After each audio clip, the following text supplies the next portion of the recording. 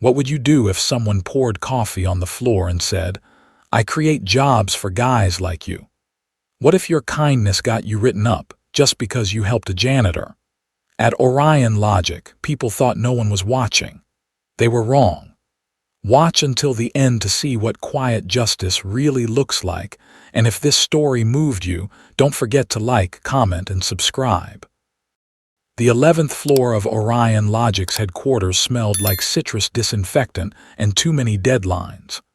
The open concept office buzzed with keyboards and caffeine, fluorescent lights bouncing off glass walls etched with marketing slogans: innovation, integrity, impact. In the far corner, near the edge of the marketing floor, a gray mop moved in slow, practiced arcs. Maribel Torres didn't rush. She never had. At 63, she'd cleaned corporate buildings longer than most of these 20-somethings had been alive. Tonight her cart was stocked, her gloves pulled tight, and her mind focused. Her knees ached, but she didn't complain. She had a job to do, she always did. Then came the sound, a deliberate slosh. A ceramic mug tilting just enough to spill cold brew across the hallway. "Oh no," drawled a voice laced with mock surprise. "Looks like we've got a mess, Senora." Maribel turned. Bradley Knox, VP of Brand Strategy, stood with a grin and an empty cup. His tailored suit didn't have a splash on it. He looked down at the spreading puddle, then back at her. "If you're going to clean," he said loudly, "clean up that attitude too." Laughter followed. Not a roar, but sharp, performative chuckles from two nearby associates who didn't even glance her way. One of them offered a slow clap. Maribel didn't respond. She bent down, silently placing a yellow caution sign next to the spill, and reached for her mop. From behind a frosted partition, Terrence Wu watched. His hand hovered over his mouse, frozen mid-scroll. A senior systems architect with nearly 20 years at Orion, Terrence had seen the company through rebrands, acquisitions, and more culture initiatives than he could count. He'd seen it better. He'd seen it worse. But this moment felt different. Bradley walked away without another glance, barking something about a pitch deck due in the morning. The laughter faded. The hallway emptied. Maribel remained, shoulders hunched, quietly mopping up the cold brew trail like it was her own fault. No one apologized, no one intervened, no one even looked uncomfortable. Terrence adjusted his glasses. His jaw was tight. He didn't say a word. Not yet. But something lodged in his chest and stayed there, heavier than any silence he'd ever heard. The skyline outside Elena Rivera's office was steel and glass and storm-colored sky. Rain hadn't started yet, but it hovered, the kind that just waited for a wrong move to fall. Her floor-to-ceiling windows caught it all, Chicago's quiet tension, like something holding its breath. Inside, the space was minimalist. No family photos, no motivational posters. Just a whiteboard, a coffee mug that said "built, not bought," and a quiet hum from her second monitor, where code still ran from an overnight server test she hadn't meant to leave open. A knock pulled her from the screen. Terrence Wu stepped in, polite, understated, the kind of employee who never asked for more than he gave. "Got a sec?" he asked. "Always," Elena said, gesturing to the chair across from her desk. He sat carefully, like he wasn't sure how long he'd stay. "It's about the culture," he began, fingers laced, eyes steady. "I know we've been growing fast, and I know that makes things messy, but it's getting worse." Elena's expression didn't change. "Define worse." He exhaled through his nose. "Some of the senior folks, managers, VPs, they talk different when you're not around. They act different too. Especially with the support staff. Janitorial, delivery, admin, the people they think don't matter." She leaned back in her chair, one hand tapping the armrest. "You've seen this." "Yesterday," he said, "someone dumped coffee just to make a point, laughed while they did it." He didn't name names. He didn't have to. For a long moment, Alina said nothing. She stared at a smudge on the edge of her laptop lid, the kind of detail no one else would notice. She'd built Orion Logic from nothing. From nights hacking code in her aunt's garage to presenting series of decks in borrowed blazers. Her whole ethos was built on the idea that everyone mattered. That titles didn't make teams, people did.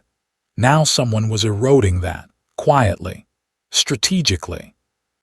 She stood up, walked to the window, then she pulled out her phone. "Hey," she said when the call connected. "You busy?" A warm, familiar voice answered. "Only if losing at dominoes with your TO counts." She didn't smile, not yet. "Dad," she said softly, "I think I need your eyes on something." Victor Rivera sat at his kitchen table, a domino mid-flick between his fingers when the call came in. Alina never called this late without a reason. She didn't waste time explaining. Just laid it out, not names, not titles, just the shape of the thing. Disrespect. Arrogance. The kind of rot that didn't show up in quarterly reports. Someone mocking a cleaning woman, no one stepping in. Victor didn't speak right away. He leaned back in the chair, the old one with the cushion flattened by years of post-shift dinners. In front of him, the domino stood on edge, waiting to fall. "I remember once," he said finally, "back in '84, I was on a job site out in Oak Park, electrical rewiring. Summer heat. My boots were scuffed, shirt untucked. I was covered in drywall dust." He chuckled, but it didn't reach his eyes. "Foreman pulled me aside in front of the crew, said, 'You're making the clients uncomfortable. You look dirty.'" He tapped the table lightly. "I got sent home, unpaid, just like that." Alina's voice softened. "I didn't know that. You were still in diapers," he said. Victor rubbed the side of his jaw where a thin scar still sat from a different accident, a different job, long ago. "It's not about one guy dumping coffee," he added. "It's the way power warps people when no one's watching." There was a pause. Alina didn't push him. Didn't ask for help directly, she didn't have to. "You want the truth," he said finally. "Let me walk those halls. Dad, I don't need a desk, don't need a nameplate, just give me a badge and a mop." His voice was quiet but resolute. "For them, I'm invisible." "And that's exactly what we need." Alina exhaled slowly, the kind of breath that held trust. "All right," she said. "You'll be listed as a temporary contractor. Maintenance night crew. I'll have someone discreet push the papers through." Victor smiled to himself, faint and proud. "Eduardo Morales," he said. "Haven't used that alias since '96. "Thank you," Alina whispered. He looked at the old domino again and flicked it across the table, letting it fall without sound. "You built something with your name," he said. "Time to see if it still means something." The badge clipped to his shirt read Eduardo Morales. The photo was recent. Victor's eyes a little wearier than he remembered, his mouth caught in a neutral line. No trace of Victor Rivera, no hint of the man who once managed teams across 5 states.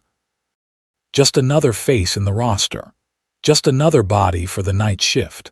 At 1003 p.m., he pushed the janitorial cart through the rear service entrance of Orion Logic's downtown Chicago office. The security guard barely looked up. That was the point. The building, vibrant by day, now echoed with the faint whir of machines left running and the dull rhythm of motion sensor lights flicking on as he passed. Every click of his boots against the linoleum felt louder than it should. He moved slow, intentional. Observing, always observing. His assignment was simple: floors 5 and 6, tech departments, client-side demo rooms, and back hallways. The parts of the building that looked sleek on the surface but were held together by constant upkeep. At 11:17 p.m., he was mopping near a bank of elevators when 2 men in dress shirts and startup brand hoodies rounded the corner, laughing at something on a phone. One of them, tall and wiry, stopped just short of Victor's freshly cleaned tile. He looked down, made a face, then glanced at his companion with a grin. "Oops," he said loudly, tilting his takeaway coffee just enough to spill a rich brown stream across the floor. Victor didn't move. The man smirked, stepped back, and said, "Hey, don't look at me like that. I create jobs for guys like you." More laughter. Not cruel, not even loud. Just casual, like it had been said before, like it would be said again. Victor took a slow breath and bent to place the caution sign beside the spill. No response. The men walked off, still chuckling, disappearing into a glass-walled office that overlooked the floor like a control tower. As Victor worked the mop in smooth, steady motions, he felt the words echo long after the coffee was gone. He wasn't angry, not yet, but something had shifted, something quiet. The kind of shift that comes right before you start keeping records.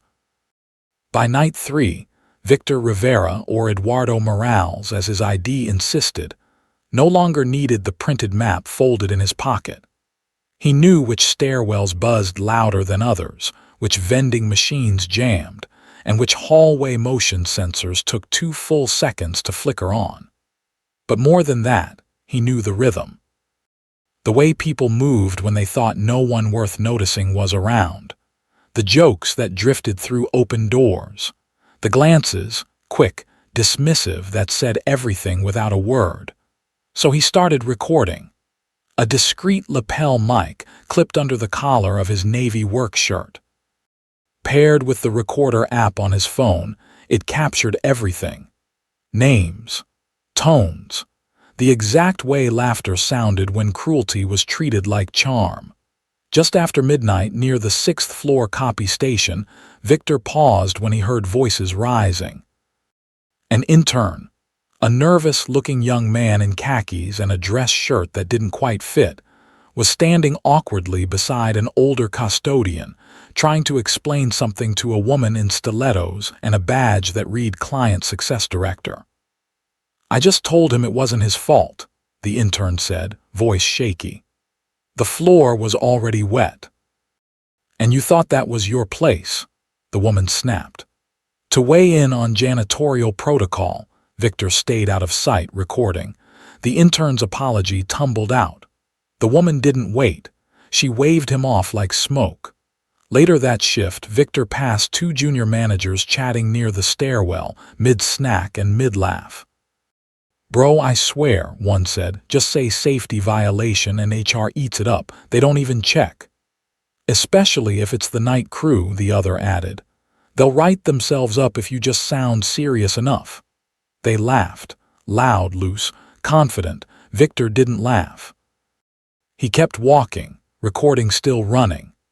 At 2:37 a.m., he found Carlos, a soft-spoken custodian from Guatemala, being quietly chewed out by the overnight facilities supervisor. A misplaced mop cart, maybe 3 feet off from regulation, had triggered a written warning and a threat of escalation. Victor had seen Carlos double-check every corner. It wasn't carelessness. It was a setup. A message. That night, Victor sat in his truck as the sun rose, scrolling through audio files. One by one, the names and timestamps piled up. It wasn't just behavior, it was culture. And it was being built, unchecked, in the quiet. The 5th floor atrium was the kind of space meant to impress. High ceilings, glass walls, curated furniture no one actually used. At night, it looked like a showroom for a life no one lived. The city shimmered outside, lights refracting through steel and stormy glass. But inside, the only sound was the soft hum of HVAC and the slow roll of a janitor's cart. Victor had just finished wiping down the chrome handles of the demo lounge when he heard the first shout. "I don't care if your feet hurt. This isn't a damn soup kitchen." He froze. The voice was familiar, clipped, performative, and rising. He turned toward the source and saw her, a young cleaner sitting on an overturned bucket near the window, unwrapping a small sandwich from wax paper. Her frame was slight, shoulders hunched like she'd learned to take up as little space as possible. Her name tag read Rosalie M., the ink slightly smudged. Hovering above her was Darren Fields, the new overnight facilities lead, clipboard in hand, tie tight even at 100 a.m. Like professionalism was something he used to punish rather than inspire. "You want to eat," he spat. "Take your break somewhere out of sight. You think the clients want to see this? Some girl squatting in the middle of our polished glass atrium like she's waiting for a bus." Rosalie didn't answer. She just clutched her sandwich tighter and tried to stand. Victor stepped forward. He didn't raise his voice. He didn't need to. His presence carried its own weight. He pushed his cart quietly into view and said simply, "That's enough." Darren turned, startled. "Excuse me. She's eating, not causing a problem. Let her be." "This doesn't concern you," Darren snapped. "Stay in your lane, Morales." Victor's eyes didn't waver. "She's in mine. She's on the crew." Darren sneered. "You want to be a hero now? Don't forget what's on your ID." Then, with a suddenness that made Rosalie flinch, Darren shoved Victor square in the shoulder. The mop clattered to the ground. The cart rolled an inch back. Victor didn't flinch, didn't stumble, didn't even blink. Instead, he looked Darren straight in the eye, not with anger, but with a tired kind of knowing, and said, calm as glass, "I don't need a suit to have worth." The air shifted. Darren looked around as if expecting someone to back him up. There was no one. Rosalie stood frozen, half standing, sandwich still in her hand, eyes wide. Victor bent slowly, picked up the mop, and slid it back into the cart. No drama, no revenge, just a simple act of reclaiming. Rosalie whispered, "Thank you." Victor didn't turn around. He just nodded once and pushed his cart back into the hallway. In his pocket, his thumb pressed stop on the recorder. Another file. Another witness. And for the first time since he'd stepped into this building, he allowed himself one small thought. This was bigger than a test. This was a reckoning. The subject line on the meeting invite was simple. Mandatory Leadership Assembly. 7:30 a.m./14th floor boardroom, no agenda. No explanation. No optional button. By 7:20, the room was already full. Directors, senior VPs, department heads, some in suits, others in coffee-stained polos, all uneasy. Whispers fluttered beneath the low hum of the AC. No one knew why they'd been called in this early. But a few, the ones who had reason to worry, kept checking their watches, tapping pens, shifting in their seats. At 7:32, Elena Rivera entered. No blazer. No heels, just a black sweater, dark jeans, and eyes that had seen enough. But what made the room still was the man walking quietly behind her. Victor Rivera didn't wear a badge now, no uniform. Just pressed slacks, a flannel shirt, and the calm of someone who'd already lived the worst of people and survived it. He didn't sit. He stood in the back, arms crossed, silent. Elena walked to the head of the long walnut table. She didn't open her laptop. She opened her phone. Plugged in an external speaker. Looked up once. Then pressed play. A man's voice mocking, "I create jobs for guys like you." Laughter. A woman's voice, "You thought it was your place to comment on janitorial work." Another voice, "Just say safety violation, HR eats it up." The room went still. Some eyes darted toward familiar voices. Others dropped to the table, burning with recognition. Elena let the silence stretch. Then, finally, she spoke. "When I started this company, I told myself we'd build something better. A place where no one was invisible, where titles didn't excuse cruelty." Her voice was low but unwavering. "But culture is not what we say, it's what we allow."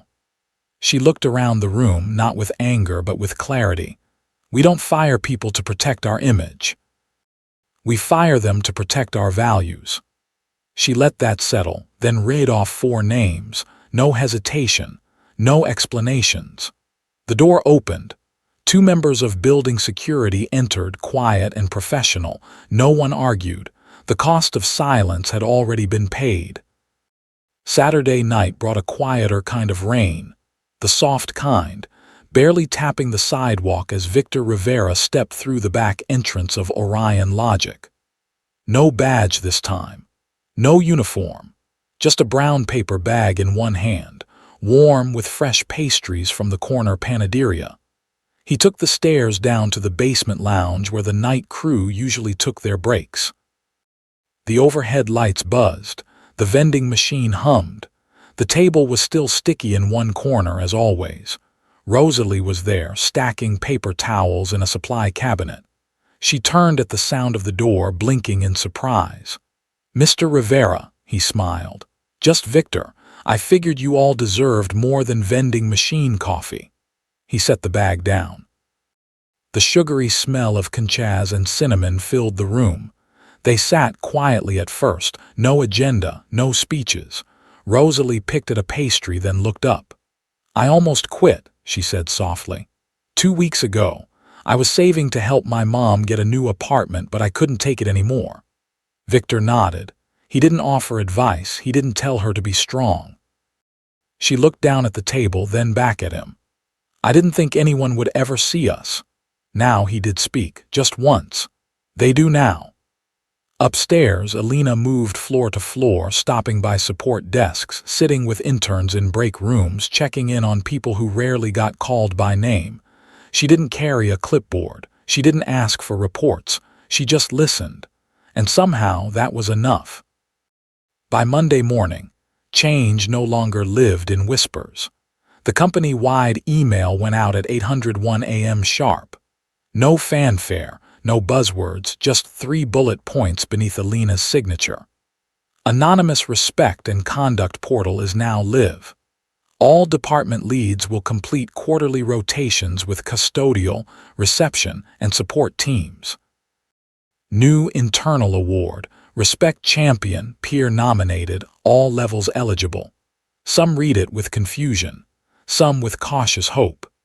But for the ones who'd spent years being passed in the hallway like furniture, it meant something more. Downstairs, Carlos, the custodian, nearly written up for a misplaced cart, found a thank you card on his locker. No signature, just "for how you carry yourself. People notice now." At reception, the usually quiet Ava was handed a nomination slip for Respect Champion. She stared at it like it might dissolve in her hands. And in a conference room on the 12th floor, a senior strategist in crisp white sneaks leaned forward during a team huddle and asked, "Have we talked to facilities about rollout yet? Let's loop them in." It wasn't perfect, not yet, but the tone had changed. Respect wasn't just expected anymore. Now it was being taught, and more importantly, it was being watched. The sun dipped low over Chicago, painting the skyline in amber and rust. On the balcony of her apartment, Alina Rivera sat beside her father, a quiet breeze tugging at the edge of her sweater. They didn't speak for a while, just sipped tea, watched the light change. Then she said, almost to herself, "You didn't have to do all this, Dad."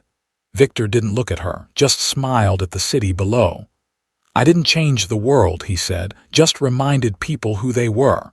Alina leaned back, eyes soft, "And that's what saves it." Neither of them said another word. They didn't need to.